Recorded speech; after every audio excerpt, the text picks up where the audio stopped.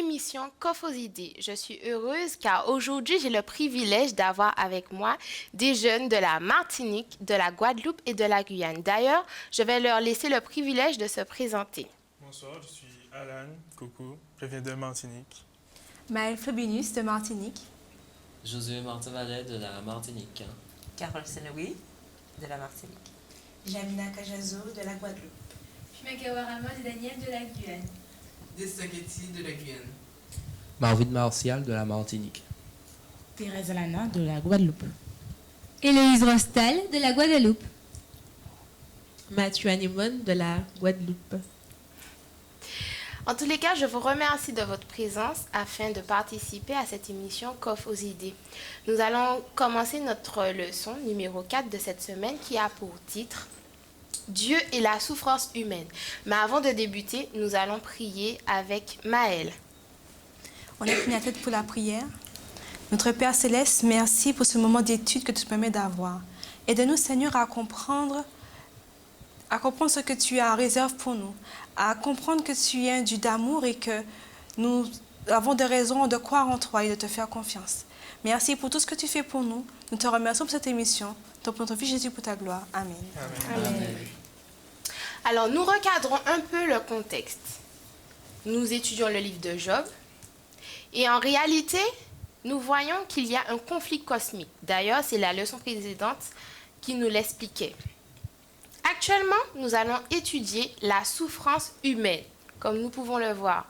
Nous voyons que Satan, dans cette démarche d'attaque contre Job, maintient le fait qu'il veuille prouver à Dieu que Job est destructible, notamment devant sa foi. Nous allons prendre notre verset à mémoriser qui se trouve dans Matthieu 6, verset 34. Donc, j'invite quelqu'un à le lire. Ne vous inquiétez donc pas du lendemain, car le lendemain aura soin de lui-même. À chaque jour suffit sa peine. Que pensez-vous de ce verset? Ne pas s'inquiéter du lendemain. Enfin, c'est un appel à Dieu de lui faire confiance, mais je dois avouer que lorsque nous sommes dans une situation et avons un besoin, on veut que Dieu réponde demain, aujourd'hui, tout le temps. Alors, nous voyons que dans le livre de Job, nous découvrons la réalité du mal en voyant Satan s'attaquer au caractère de Job. Dieu, lui, d'après vous, qu'a-t-il préféré faire? Quand tu dis que Dieu a voulu s'attaquer au caractère de Job, est-ce Satan. que Satan a voulu s'attaquer au caractère de Job? Est-ce que tu peux préciser? Alors, quand je dis caractère de Job, c'est tout ce qui le caractérise. Donc, c'est-à-dire sa vie, Son tout ce qui... intégrité. Voilà, tout. D'accord. Voilà. Ok. Donc, d'après vous, Dieu, il a misé totalement sur Job, de par son intégrité. Non. Mais en fait, en étudiant la leçon de Job et le personnage, même par rapport à la question que tu poses, je suis parfois interpellée parce que je me dis, est-ce que Dieu, enfin, oui, certainement, Dieu savait que quand il a misé sur Job, à mon avis, ce n'est que mon avis, Dieu savait que Job allait réussir la mission. Après, ça ne veut pas dire qu'il influençait dans le... Job avait la possibilité de pécher ou quoi que ce soit par ses paroles, il l'a pas fait. Mais je me dis, Dieu, il a misé sur Job, mais parce qu'il savait... Dieu, ici, en fait, il voit au bout. Donc, du coup, il savait que Job allait réussir la mission. Donc, je ne sais pas... C'est pas pour dire que Dieu ne mise pas sur nous parce qu'on pêche ou quoi que ce soit, mais... Est-ce que c'est pas... Il a senti cette sensibilité à l'intégrité de droiture, donc du coup, il a misé sur Job. Pour vous aider, nous allons prendre Psaume 34, verset 19. Alors.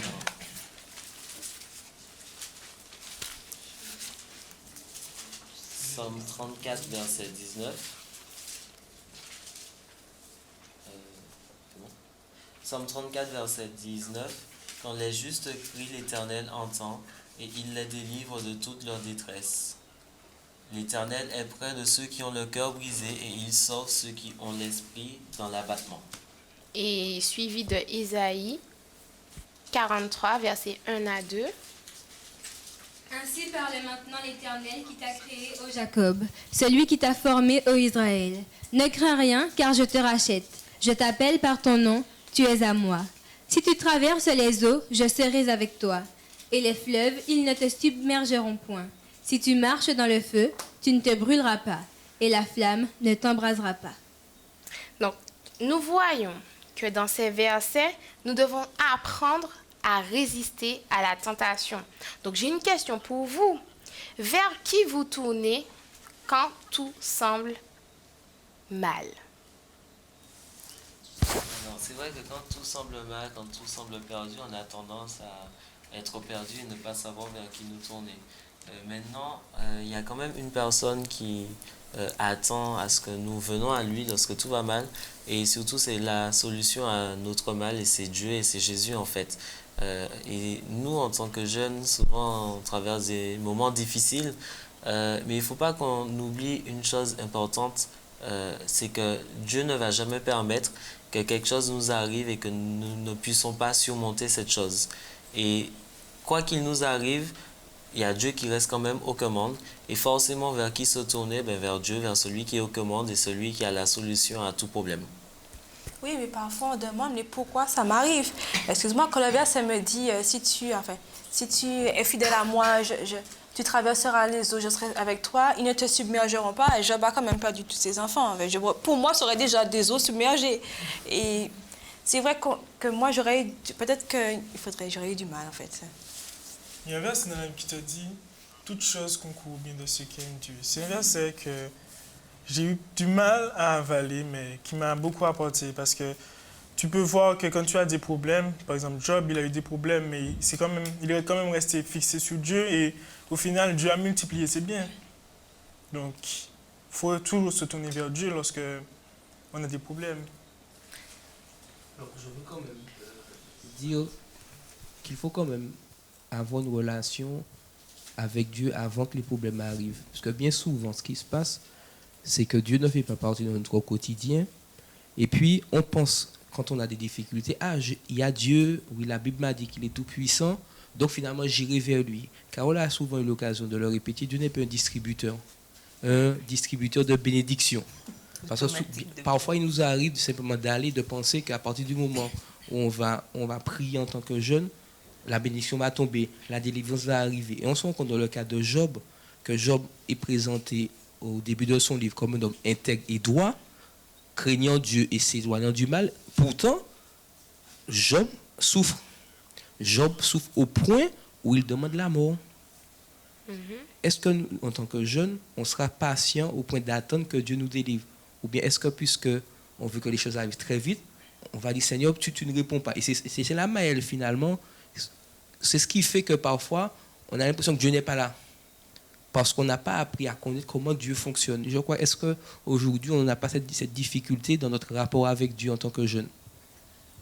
Oui, moi je suis tout à fait d'accord avec toi, puisque maintenant on vit dans une société où la technologie est très présente, et puis tout va vite en fait, on n'attend pas. Et même si je vais sur Google, je fais une recherche et que ça prend du temps, voilà, je dis je peux m'énerver. Mais Dieu, non, on n'est pas comme ça en fait. Donc il a son temps, il répond. Ça, on peut dire il répond, mais de différentes manières, soit oui, non ou attends. Donc oui, c'est vrai qu'à notre époque, c'est un peu plus difficile, mais il faut savoir que si Dieu agit, donc il sera toujours là pour nous. Et je crois aussi qu'il y a une notion importante, c'est celle de la foi. C'est vraiment la base de tout.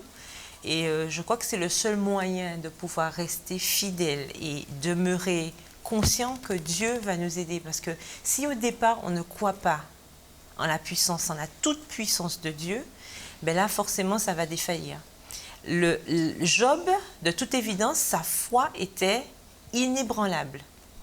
Et ça, pour avoir une foi inébranlable, comme le disait Marvin tout à l'heure, il faut connaître Dieu. Je ne peux pas croire en quelqu'un que je n'ai pas appris à connaître.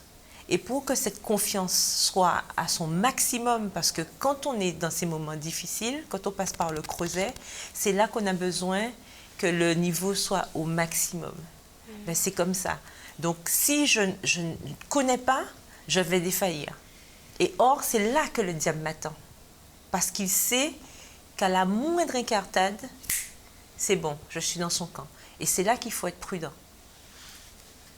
Mais en fait, j'ai une interrogation par rapport à ce que tu dis, Carole. Mais... Donc, je suis tout à fait d'accord. Il faut avoir une relation avec Dieu avant les épreuves.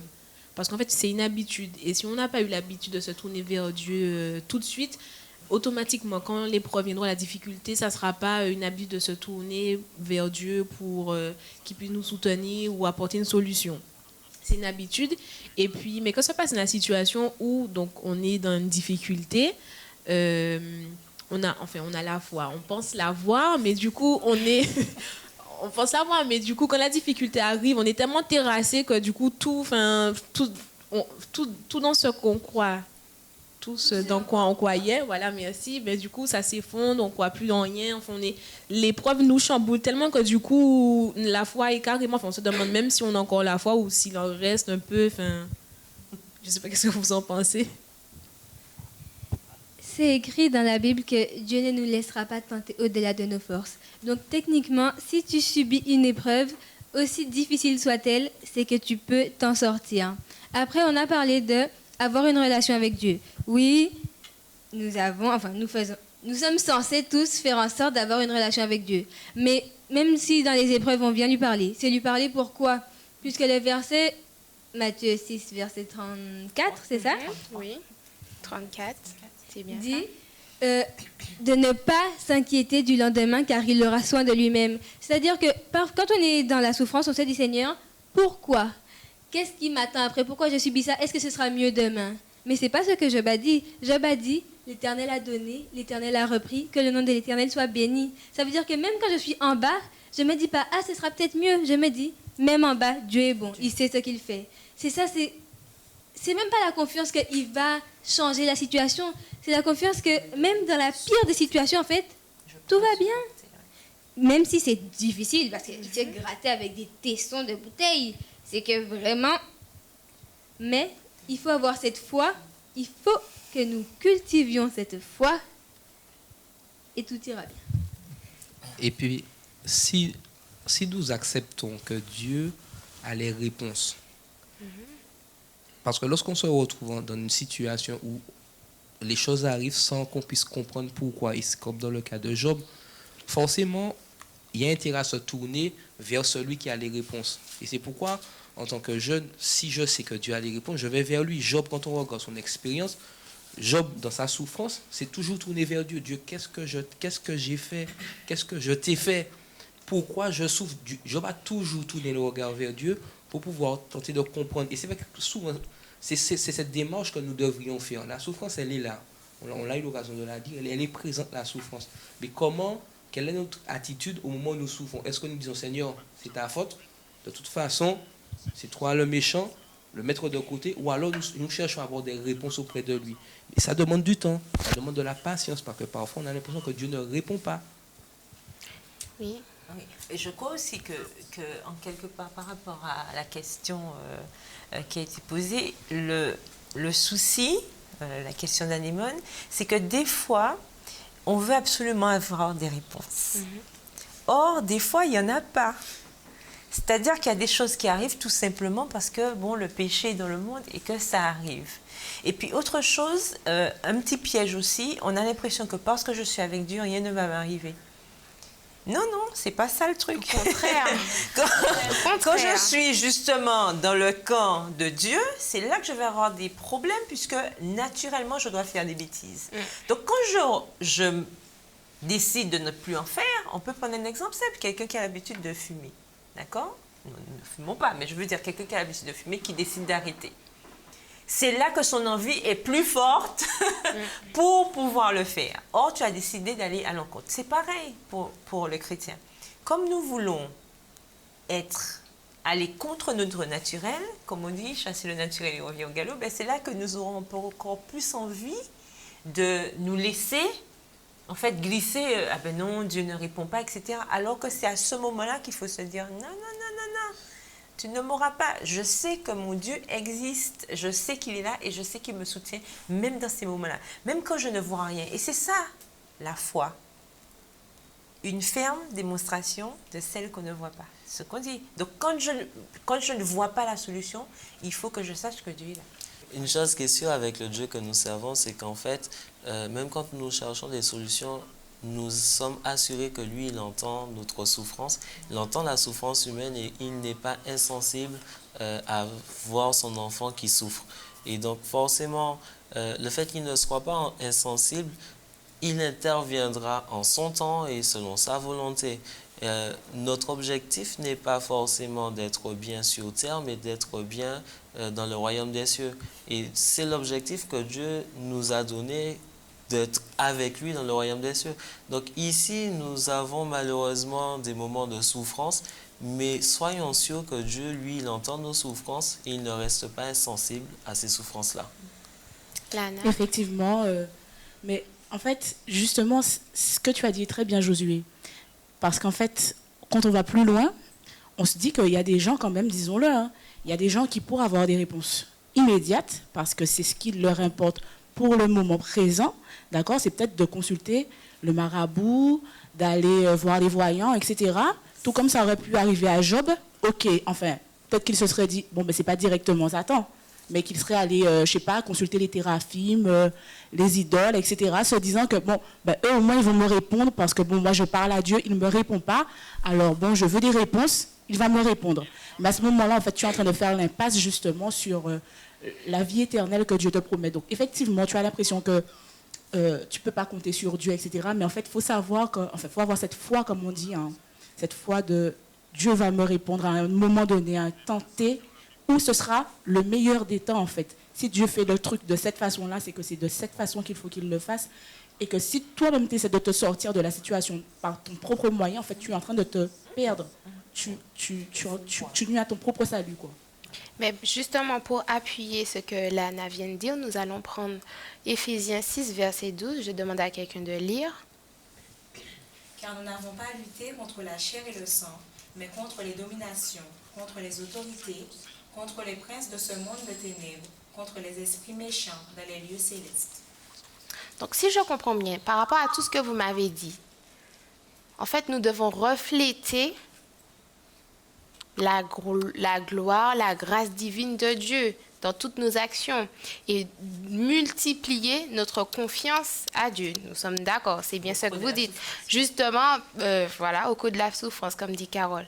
Mais j'ai une question à me poser. À travers cette souffrance et le fait d'avoir Dieu justement dans votre vie, qui vous voyez? Vous voyez Satan? Vous voyez Dieu? Ou vous-même confronté à cette souffrance-là? En ce qui me concerne, je vois Dieu tout de suite.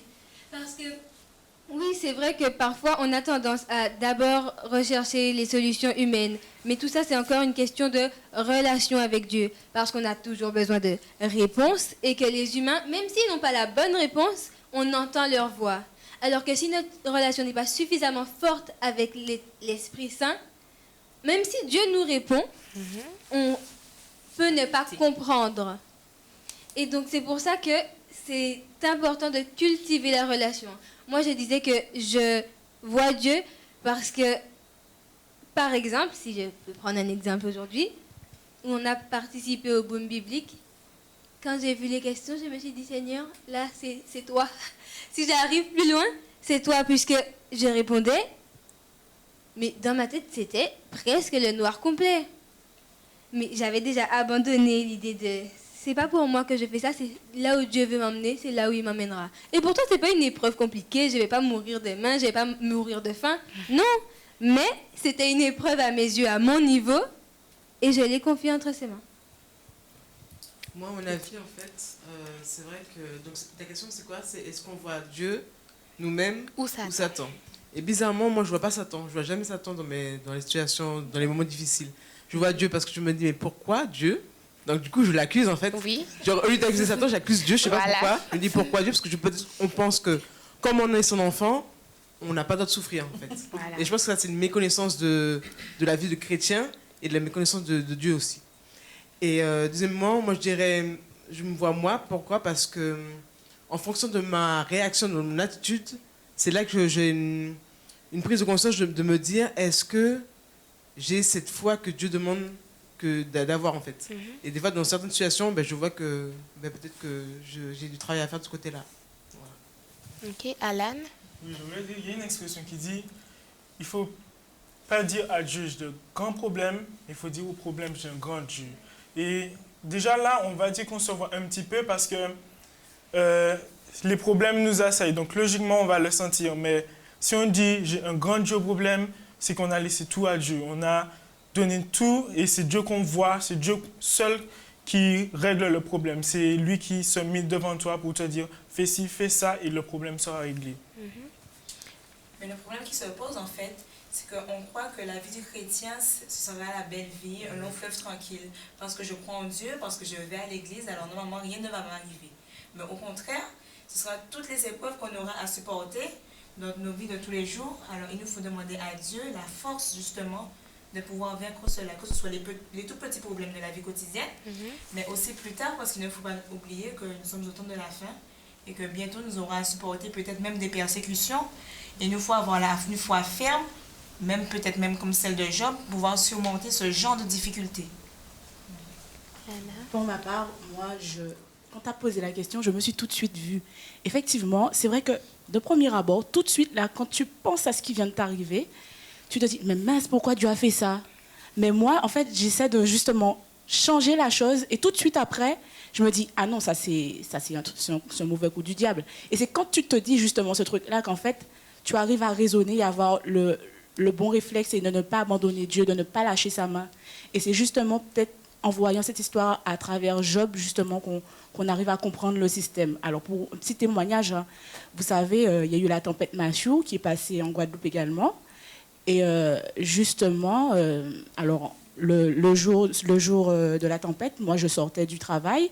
Et en sortant, je suis en train de prier pour le jardin de mon père, puisque mon père m'a dit, ah bon, ben, il y aura la tempête, tout le jardin sera détruit, puisque justement, juste avant, il y avait une petite onde tropicale, et puis ça avait tout détruit déjà. Alors, pendant que je prie pour ça, je me dis, ah Seigneur, il ne faut pas que tu permettes que le jardin soit détruit et tout. Et puis, je suis en train de rouler en voiture.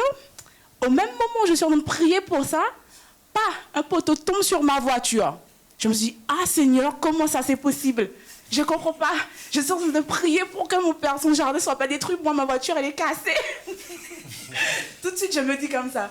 Mais après quoi? Après 2 secondes de réflexion, je me suis dit, ah non, ça c'est le diable qui a fait ce truc-là, pour que je puisse justement pas prier, pour que je puisse me décourager. En fait, quand tu penses du bon sens, en fait, quand tu vois tout de suite que c'est le malin qui essaie de te perturber, tout de suite, en fait, tu es révolté contre lui. Oui. Et tu as envie de lutter contre lui. Donc, tu te dis, ah ben là, je vais prier encore plus pour le jardin et je vais prier aussi pour ma voiture et je vais prier. Tu vois, voilà, effectivement, tu es dans une lutte là. Tu continues dans la bonne lutte. Alors que si tu dis, ah ben Seigneur, pourquoi tu as fait ça, etc., et que tu restes sur Dieu, alors là, tu es découragé et puis tu es affaissé, puis tu te dis, ah non, je ne vais plus prier, ça ne sert à rien, franchement. Non.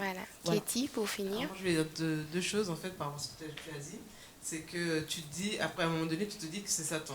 Et moi, j'ai toujours cette réflexion-là parce que je me dis, comme l'histoire de Job, Dieu a permis à Satan de faire de rendre Job malade, en fait. Et je me dis que si Dieu n'avait pas permis, il n'aurait jamais été malade. Donc, en fait, ce qui nous arrive, moi, je me dis, c'est la permission de Dieu aux mauvaises zones, entre guillemets. Donc, pour moi, Satan, j'arrive pas à mettre Satan dans cette histoire-là, en fait. C'est Dieu qui laisse faire. Donc, si Dieu laisse faire, Satan intervient. Si Dieu ne laisse pas faire, Satan n'interviendrait pas. Et deuxième chose, pour revenir à la vie des chrétiens, je pense que beaucoup de chrétiens pensent que lorsqu'on est enfant de Dieu, rien ne devrait nous arriver, parce qu'il y a beaucoup de versets qui pourraient nous faire penser de cette manière-là. Par exemple, dans Josué, lorsqu'il dit à Josué, aux enfants d'Israël, tout le que tu fouleras, je te le donne, tout ce que tu entreprendras, je serai avec toi. Si tu obéis à ma loi, tout ira bien pour toi. Donc, comment penser autrement, en fait, finalement? Voilà. Donc, c'est pour ça que je peux comprendre pourquoi certaines personnes pensent que la vie des chrétiens devrait être rose, en fait. Le problème, c'est qu'ici-bas, nous aurons des tribulations, que tu sois chrétien ou pas. Ça ne fait pas exception. Bon, ben, j'ai fait du mal aux adventistes et aux chrétiens et pas aux autres. Les deux, ceux qui suivent la loi comme ceux qui ne l'obéissent pas, souffrent ici-bas. Maintenant, on peut avoir l'impression que l'herbe est plus rose là-bas, de l'autre côté. Mais Satan ne mesure pas le malheur qu'il nous accorde. On est juste être humain, donc il nous déteste. Voilà. Et quand tu parles de Dieu, si Dieu le permet, c'est que Dieu sait que tu peux le supporter. Et c'est pour lui rendre gloire que ta situation, et par le fait que tu vaincras la situation, tu rends gloire à tous ceux qui te regardent. Exactement. Et aussi, en fait, ça te permet, de t'améliorer, en fait. De grandir spirituellement tout d'abord, puisque tu vis une expérience avec Dieu.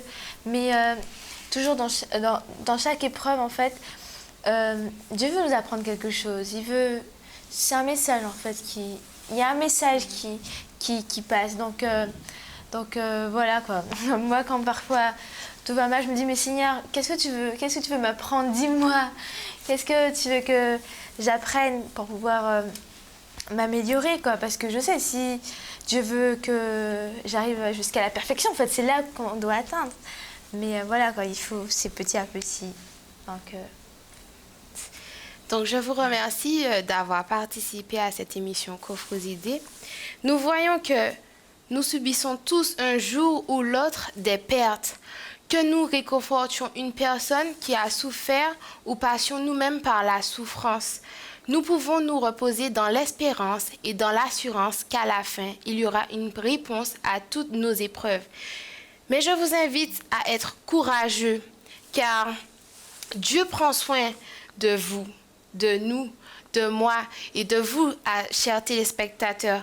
Il vous aidera à tenir un bon cœur, même dans des circonstances les plus éprouvantes. Il connaît nos blessures, il élabore son plan en vue de notre restauration finale. L'essentiel, c'est la façon dont on finit notre course et non comment on la commence. C'était votre émission Coffre aux idées sur Espérance TV.